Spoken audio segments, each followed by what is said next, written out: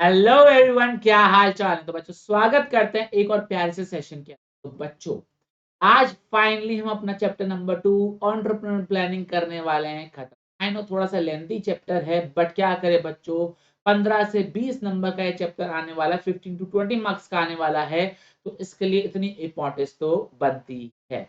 But 3 सवा 3 घंटे के अंदर पूरा चैप्टर खत्म करा दिया भाई, 20 नंबर का चैप्टर, वो भी बोर्ड्स के लिए करा दिया। तो 3 घंटे तो यार इतनी तो इंपॉर्टेंस चैप्टर को दे ही सकते। तो बच्चों आज जो हम चैप्टर का लास्ट टॉपिक करने वाले हैं, वो है हमारे पास मार्केटिंग प्लान। बच्चों बस ये टॉपिक है जो हमारा रह गया, बाकी सारे टॉपिक्स लाइन बाय लाइन हमने डिस्कस कर लिए हैं। तो चलिए बच्चों स्टार्ट करते हैं अपने आज के last topic, that is marketing plan. ये आपके सामने आ चुका है। चलिए स्टार्ट करते हैं। बच्चों केस स्टडी दे रखी है, किसकी दे रखी है, मैकडॉनल्ड्स की दे रखी है। मैकडॉनल्ड्स के जो असली मालिक थे वो कौन थे, वो तो दो भाई थे, लेकिन बाद में किसने फ्रेंचाइजी ली थी, रे क्रॉक ने ली थी। तो बड़ी अच्छी केस स्टडी है। इस पर एक मूवी भी है, आपको मैं सजेस्ट करूंगा, द फाउंडर। ये मूवी है द फाउंडर, ये जरूर आप देखना, काफी मजा आएगा आपको। चलिए स्टार्ट करते हैं। बच्चों सवाल आता है कि सर मार्केटिंग प्लान में आएगा क्या। तो ध्यान रखना, मार्केटिंग प्लान के अंदर हम सारी चीजें लिखते हैं किस बारे में, कि कैसे हमारा प्रोडक्ट या सर्विस मार्केट में डिस्ट्रीब्यूट होगा, कैसे हम बांटेंगे, कैसे हम कस्टमर तक पहुंचाएंगे। दूसरा, उसकी प्राइस कैसे डिसाइड होगी, उसकी प्राइस कैसे डिसाइड करेंगे, वो सब इसके अंदर दे रखा होगा। और तीसरा, उसको कैसे प्रमोट करेंगे, ध्यान रखना, कैसे प्रमोट करेंगे, कैसे एडवर्टाइज करेंगे। ये सारी बातें हम किसके अंदर करेंगे, इस पर्टिकुलर प्लान के अंदर करेंगे। आपको एक बात बता दूं, जो आगे आने वाला चैप्टर है ना, वो इसी पर बेस्ड है। किस पर, मार्केटिंग पर। अगले चैप्टर का नाम भी क्या है, एंटरप्राइज मार्केटिंग। ये जो अभी हम इंट्रोडक्शन पढ़ेंगे, अगले चैप्टर में पूरा डिटेल में पढ़ेंगे, डिस्ट्रीब्यूट कैसे किया जाता है, प्राइस कैसे डिसाइड करी जाती है और प्रमोट कैसे किया जाता है। चलो अब आगे बात करते हैं। तो उन्होंने क्या देखा बच्चों, ये मार्केटिंग जो प्लान है, ये वैल्यूएबल डॉक्यूमेंट है, जिसके अंदर हम क्या क्या दे रखे, क्या क्या देखते हैं, क्या क्या हमारे मार्केटिंग ऑब्जेक्टिव्स हैं, क्या क्या हम स्ट्रेटेजी फॉलो करने वाले हैं, और क्या क्या हम एक्टिविटीज करने वाले हैं न्यू एंटरप्राइज को बनाने के लिए, आगे बढ़ने। ध्यान रखिएगा, ये सारी चीजें देते हैं, लेकिन इसके अंदर हम कुछ 3 सवालों के आंसर देते हैं प्रैक्टिकली। क्या देते हैं हम, 3 सवालों के आंसर देते हैं। पहला सवाल है कि हम कहां पर हैं।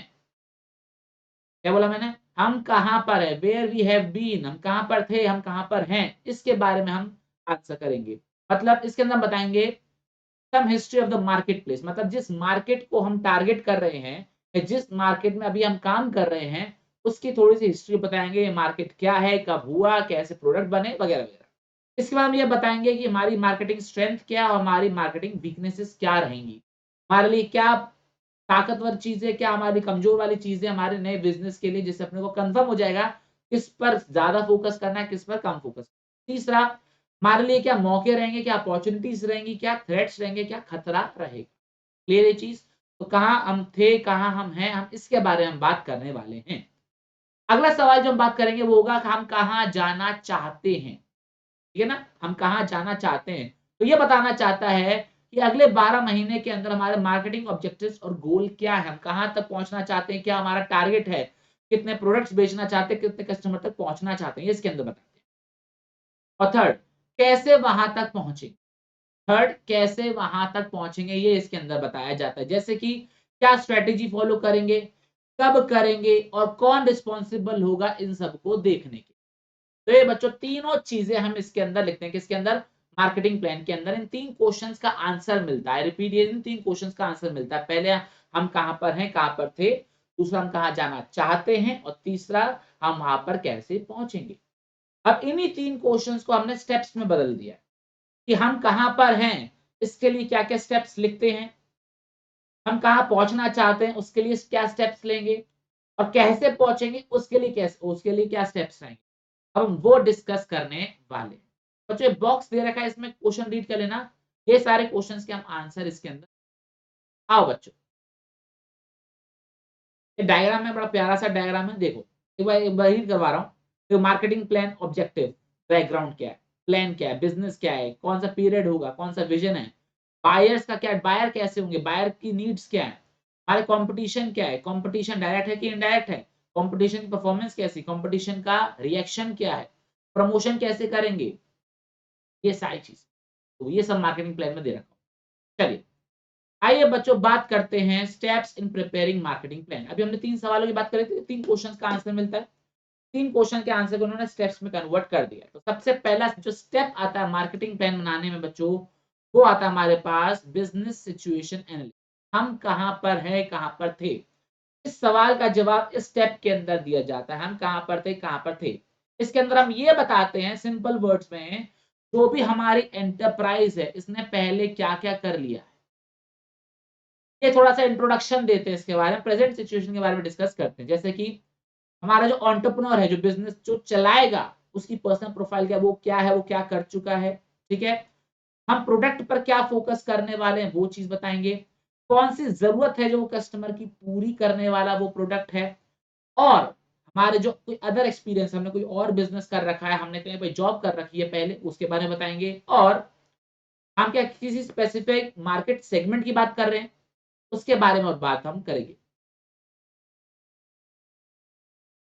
आज क्लियर है चीज, कोई डाउट इसके अंदर? ओके, तो मैं फिर से बोल रहा हूँ, एंटरप्रेन्योर की पर्सनल प्रोफाइल के बारे में बात करेंगे, प्रोडक्ट डेवलपमेंट के ऊपर बारे में बात करेंगे, कौन सी वो जरूरत पूरी कर रहा है उसके बारे में बात करेंगे, हमारा कोई पुराना एक्सपीरियंस रह चुका है काम करने का, या हमने कोई पुरानी एंटरप्राइज बनाकर रखी हुई है क्या, वो भी बताएंगे। और लास्ट कोई हमारा पर्टिकुलर मार्केट सेगमेंट है जिसमें इनको टारगेट करना है, ये सारी बातें इसके अंदर हम बताएंगे। दूसरा सवाल है आइडेंटिफाई द टारगेट मार्केट। ये बच्चों इंपॉर्टेंट है एग्जामिनेशन, डायरेक्टली ये पूछ लिया जाता है। Explain identify the target market as a step of marketing. बच्चों इसके अंदर 3-4 सवालों के हमको आंसर देने हैं। पहला आंसर क्या है, सबसे पहले हम ये बताएंगे हमारा जनरल मार्केट क्या है, हमारी जनरल इंडस्ट्री क्या है जिस पर हम काम करना चाहते हैं। तो ये कैसे डिसाइड होगा, मार्केट रिसर्च या इंडस्ट्री एनालिसिस करके। क्या बोला मैंने, सबसे पहले हमको क्या डिसाइड करना मार्केटिंग प्लान के अंदर, वो कौन सा मार्केट है जिसके अंदर हम एंटर करना चाहते हैं, वो कौन सी इंडस्ट्री है जिसके अंदर हम एंटर करना चाहते हैं। ये हम कैसे डिसाइड करेंगे, इंडस्ट्री एनालिसिस करके या फिर मार्केट रिसर्च करके, कौन सी इंडस्ट्री है जहां पे प्रॉफिट कमाने के चांसेस ज्यादा है। यही चीज क्लियर हो गया, ओके।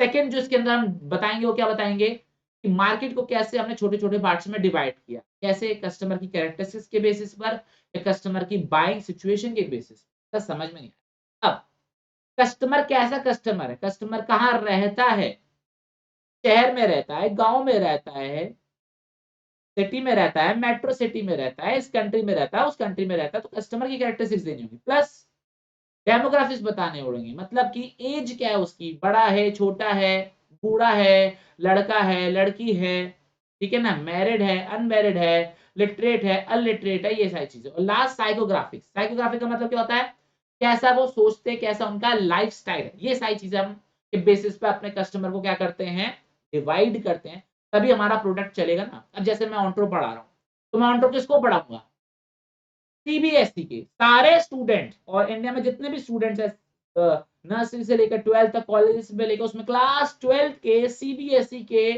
एक सब्जेक्ट के ऑन्ट्रो के स्टूडेंट। तो मैं क्या कर रहा हूँ, अपने जो स्टूडेंट्स का जो ग्रुप है उसको मैं टारगेट कर रहा हूँ, ये मेरा ग्रुप है, मुझे इसको पढ़ा। ये बात समझ, तो ये एक छोटा सा नैरो डाउन करना जिससे हमने क्लैरिटी रहे कि इसको पढ़ा। प्लस बाइंग कंडीशन, उनके पास कितना टाइम है खरीदने के लिए, कब खरीदते हैं, वो जल्दी खरीदते हैं, बाद में खरीदते हैं, उनका कितना यूजेज है और उनको कितना बेनिफिट मिलने वाला है। तो ये चीजें बताते हैं इसके अंदर। थर्ड, मार्केट सेगमेंट और सेगमेंट टू टारगेट, मतलब हम जैसे मैंने आपको बोला, अभी मैं क्लास सीबीएसई क्लास 12 के ऑन्ट्रो के बच्चों को पढ़ा रहा हूँ out of all students in India. तो वैसे ही अगर आप मल्टीपल चीजें बेच रहे हो, तो मल्टीपल एरियाज को आप सेगमेंट करोगे। लेट्स सपोज आप एडल्ट डायपर बेच रहे हो, तो आप एडल्ट लोगों को टारगेट करोगे। आप बेबीज के डायपर बेच रहे हो तो बेबीज को टारगेट करोगे, करोगे नहीं करोगे। आप मान के चलिए मोबाइल बेच रहे हो तो आप यूथ को टारगेट करोगे। तो आप अपने टारगेट्स को डिसाइड करोगे, अपने मार्केट को सेगमेंट में बांटोगे, छोटे छोटे पार्ट्स में बांटोगे, फिर देखोगे कि हाँ भाई ये मेरा टारगेट है, मुझे इसको कैटर करना है, बाकी सबको इग्नोर करना है। ये बात समझ में आई कि नहीं आई? ओके। और लास्ट क्या, आपको मार्केटिंग प्लान बनाना है according to product price distribution and promotion. ये समझ में आया कि क्या प्रोडक्ट हो गया, क्या उसकी प्राइस होगी, कैसे कस्टमर तक पहुंचेगा, कैसे उसको प्रमोट करेंगे, उसके रिलेटेड हम क्या बनाएंगे, मार्केट प्लान। क्लियर? सबसे पहले जनरल मार्केट बताएंगे, फिर दूसरा कस्टमर को छोटे छोटे पार्ट्स में डिवाइड करेंगे, तीसरा सेगमेंट डिसाइड कर लेंगे और लास्ट प्लान बना लेंगे। ये चीज क्लियर हो गया, ओके। ये सेकंड स्टेप। थर्ड स्टेप हमारे पास क्या आ रहा है, हम क्या करेंगे, स्वॉट एनालिसिस करेंगे। क्या करेंगे बच्चों, स्वॉट एनालिसिस। ध्यान रखना इसके जो स्टेप्स है ना बच्चों, डायरेक्टली पूछे जाते हैं, खासकर पहले 3 स्टेप। पहला बिजनेस सिचुएशन एनालिसिस, दूसरा आइडेंटिफाई द टारगेट मार्केट, तीसरा कंडक्ट स्वॉट एनालिसिस। बच्चों स्वॉट की फुल फॉर्म क्या होता है? Strength, weakness, opportunity and threat.